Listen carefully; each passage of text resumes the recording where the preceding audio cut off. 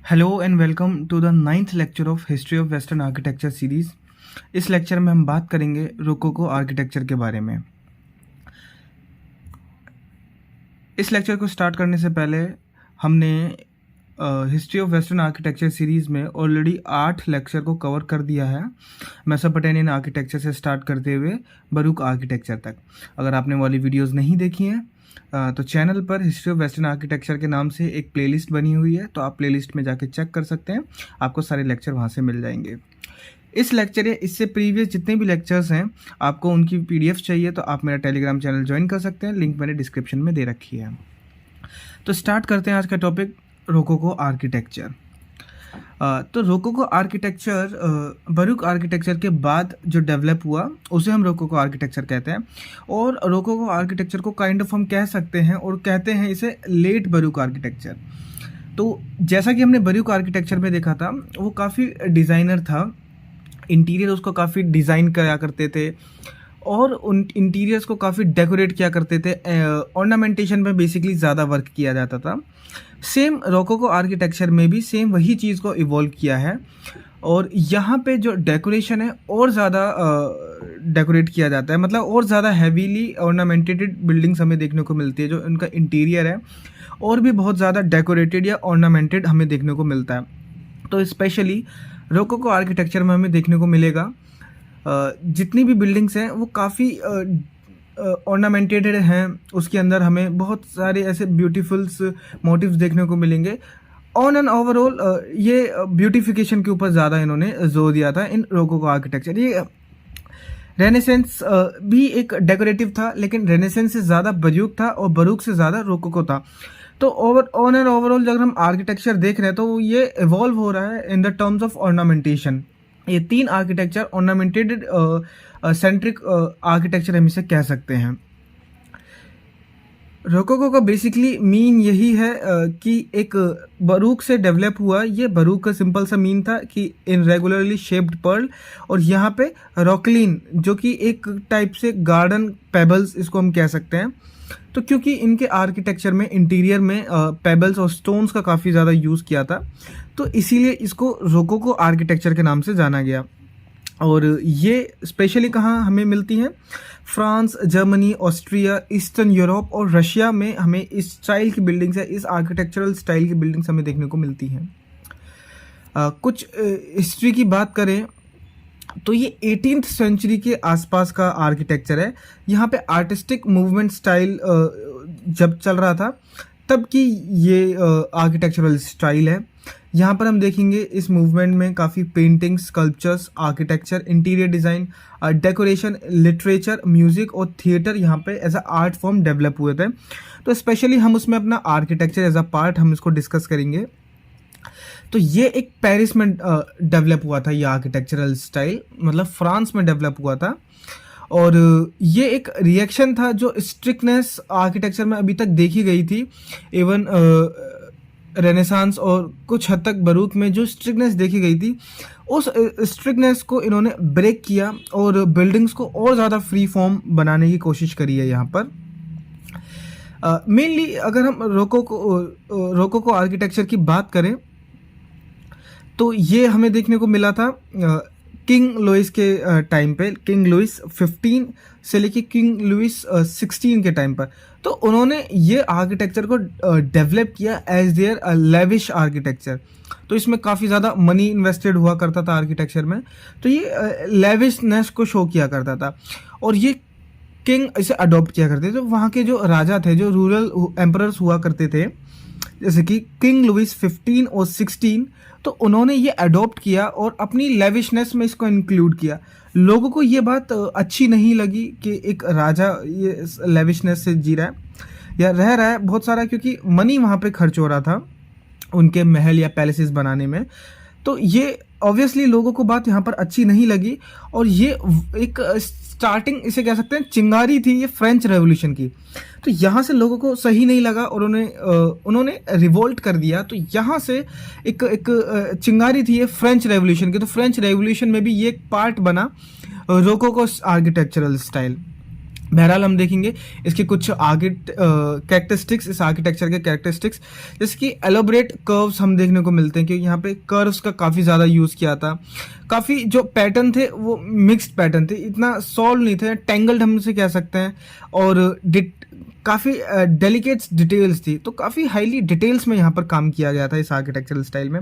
और इस interior image से हमें देखने के बाद हमें समझ में यह आता कि इन्होंने कुछ असिमेट्रिकल शेप्स को भी लिया था, जो नॉन सिमेट्रिकल शेप्स हैं उनको लिया था, और ये ट्रीज और उनकी जो बेल्स रहती हैं, जो कि बेल हैं, वेन्स हैं, तो उससे काफ़ी इंस्पायर्ड इनका इंटीरियर डिज़ाइन देखने को मिला था। वॉल्स की जो कवरिंग्स है वो उसमें सोने की परत हमें देखने को मिलती है, यानी गोल्ड गिल्डिंग्स हमें देखने को मिलता है इनकी रूफिंग पे, डोर फ्रेम्स पर, विंडोज़ पर, ये सारी चीज़ों को हमने देखने को मिला था। कलर्स, जैसा कि रोकोको स्टाइल बरूक स्टाइल में ये ब्राइट कलर यूज़ कर रहे थे, बरूक में ब्राइट कलर यूज़ कर रहे थे, लेकिन यही रोकोको स्टाइल में ब्राइट कलर ना यूज़ करके ये पेल कलर का यूज़ करते हैं। अब पेल कलर्स जितने भी पेल या फेडेड कलर्स थे वो इन्हें ज़्यादा क्लासी कलर समझा करते थे, मतलब थोड़ा क्लासी और हाई स्टैंडर्ड कलर्स इसको समझते थे ये लोग। और इसके साथ साथ सिर्फ डिज़ाइन में इम्प्रूवमेंट नहीं हुई, इन्होंने इम्प्रूव किया था बरूक स्टाइल में, रोकोको स्टाइल में सैनिटेशन इन्होंने काफ़ी हद तक इम्प्रूव किया था, और जो रूम्स थे वो और अच्छे तरीके से ऑर्गेनाइज थे, जो कि और ज़्यादा प्राइवेसी ऑफर किया करते थे, और ज़्यादा एफिशिएंटली इन्होंने अपनी बिल्डिंग्स को डिज़ाइन किया था। चिमनीज़ का भी इन्होंने काफ़ी एफिशिएंसी से यहाँ पे यूज़ किया था। तो ओवरऑल इंटीरियर और डेकोरेशन के अलावा इन्होंने अपने आर्किटेक्चर के ऑर्गेनाइजेशन या स्पेसेस में भी यहाँ पे वर्क किया था। बरूक रोकोको स्टाइल में कुछ फेमस आर्किटेक्ट्स हैं जो कि उन्होंने इस टाइम पीरियड में अपने वर्क किए थे। अब नंबर 1 है फ्रांसिस्को बर्टोमोलो। तो ये एक इटालियन बोर्न आर्किटेक्ट थे जिन्होंने अपनी मोस्ट ऑफ द लाइफ रसिया में अपने फादर के साथ बिताई थी, और इनके फादर खुद एक स्कल्पचर थे, काफ़ी फेमस इटालियन स्कल्पचर थे। इन्होंने क्या किया, इनका जो एक नोटेबल वर्क है, काफ़ी फेमस वर्क था, विंटर पैलेस सेंट पीटर्सबर्ग में और कैथरीन पैलेस, ये इनके दो काफ़ी फेमस वर्क थे। फिलिप डी लेंग, ये एक और आर्किटेक्ट थे, डेनमार्क और नीदरलैंड में इन्होंने काम किया था। मैथ्यूज डेनियल पपेलम, एसएम ब्रदर्स, ये काफ़ी फेमस थे अपने काम को लेकर रोकोको स्टाइल ऑफ आर्किटेक्चर में। तो इनका काफ़ी फेमस वर्क हमें देखने को मिलता है रोकोको स्टाइल में। ये स्कल्पचर्स थे, पेंटर थे, आर्किटेक्ट थे, ये दोनों भाइयों ने मिलकर काफ़ी फेमस वर्क अपने इस आर्किटेक्चरल स्टाइल पीरियड में किए थे, जिसमें से इनका मोस्ट फेमस वर्क था द चर्च ऑफ जॉन नेपोमुक। तो सेंट जॉन नेपोमुक का जो चर्च है काफ़ी फेमस था जर्मनी में, इन्होंने जो डेवलप किया था। तो हम इसकी बात करेंगे। Church of Saint John Nepomuk Germany के मुनिच सिटी में, साउदर्न जर्मनी में एक सिटी है मुनिच, तो वहाँ पे ये असम ब्रदर्स ने एज अ प्राइवेट चर्च बनाया था, मतलब अपने खुद के लिए प्राइवेट उन्होंने ये चर्च डेवलप बनाया था, डिज़ाइन किया था। लेकिन बाद में जो वहाँ के लोकल सिटीजन थे उनका इन्हें रेजिस्टेंस देखने को मिला, उन्होंने इनको फोर्स किया कि ये एक प्राइवेट चर्च ना रह के इसको एक पब्लिक चर्च में कन्वर्ट करो। तब इन्होंने क्योंकि लोगों का काफ़ी प्रेशर था, तो इसको एज अ प्राइवेट चर्च से कन्वर्ट करके पब्लिक लोगों के लिए भी चर्च यहाँ पे खोल दिया, और ये एक पब्लिक चर्च बनने लगा। तो ये लेट बरूक आर्किटेक्चर के टाइम का पीरियड इसे कह सकते हैं, या अर्ली रोकोको स्टाइल यहाँ पे डेवलप हो चुका था।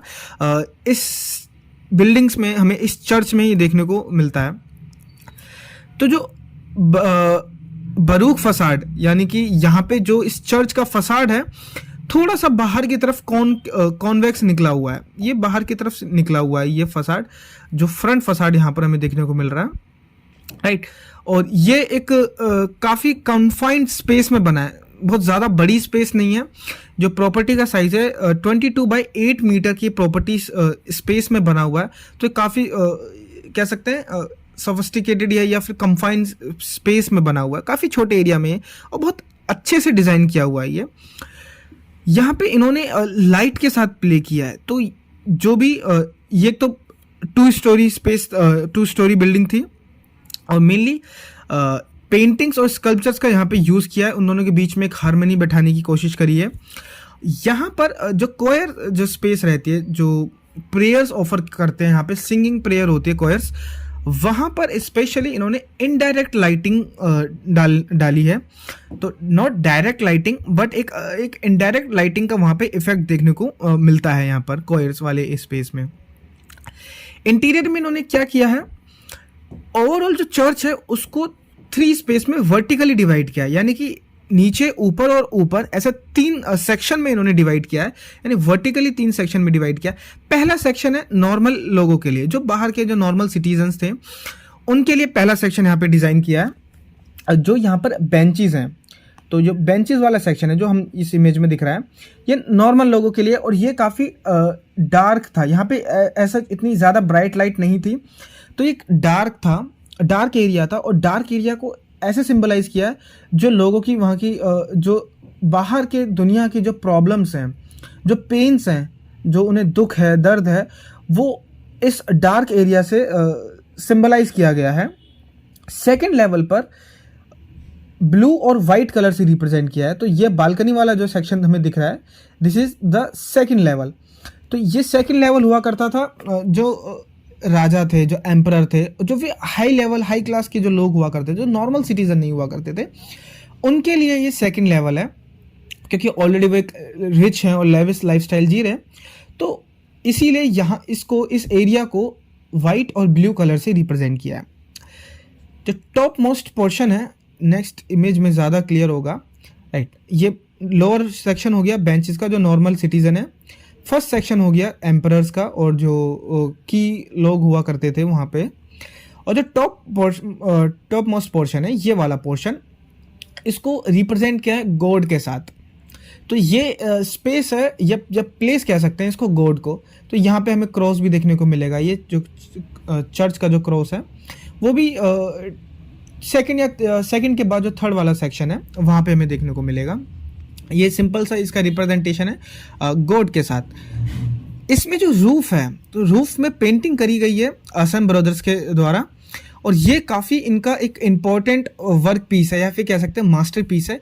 तो इन्होंने यहाँ पे लाइफ को रिप्रेजेंट किया था, लाइफ ऑफ सेंट नेपोमुक।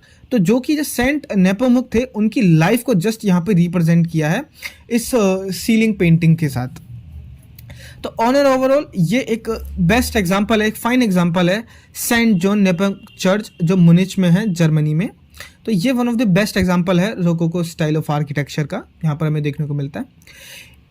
एक और बेस्ट एग्जांपल है कोएलिस नेशनल पैलेस, पुर्तगाल। तो ये एक नेशनल पैलेस है। इसको ये है one of the last great rococo buildings. ये 1974 के अराउंड इसको ऑफिशियल ये रेजिडेंस था।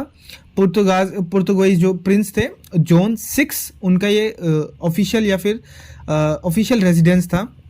तो ये चर्च खुद में काफ़ी बड़ा है, और ये ऑनर ओवल रोकोको स्टाइल से बना हुआ है। इसका इंटीरियर और एक्सटीरियर दोनों रिप्रेजेंट करते हैं रोकोको स्टाइल ऑफ आर्किटेक्चर को। ये इनका पैलेस का प्लान है, जो इसमें हमें डिफरेंट स्पेसेस देखने को मिलती है। ये इनका फ्रंट एंट्री है, ये वाली इनकी फ्रंट एंट्री है, और भी इसमें मल्टीपल स्पेसेस हमें देखने को मिलते हैं यहाँ पे। तो आई होप आपको ये लेक्चर समझ में आया होगा रोकोको स्टाइल के बारे में, और यहाँ पर हमारी ये सीरीज़ ख़त्म होती है। तो इस लेक्चर से रिलेटेड कोई और भी आपको डाउट है तो आप मेरे को कमेंट सेक्शन में पूछ सकते हैं, और इससे रिगार्डिंग अगर कोई नेक्स्ट सीरीज़ हमें बनानी पड़ेगी तो आप वो मेरे को कमेंट सेक्शन में बताइए। तब तक के लिए थैंक यू, बाय बाय।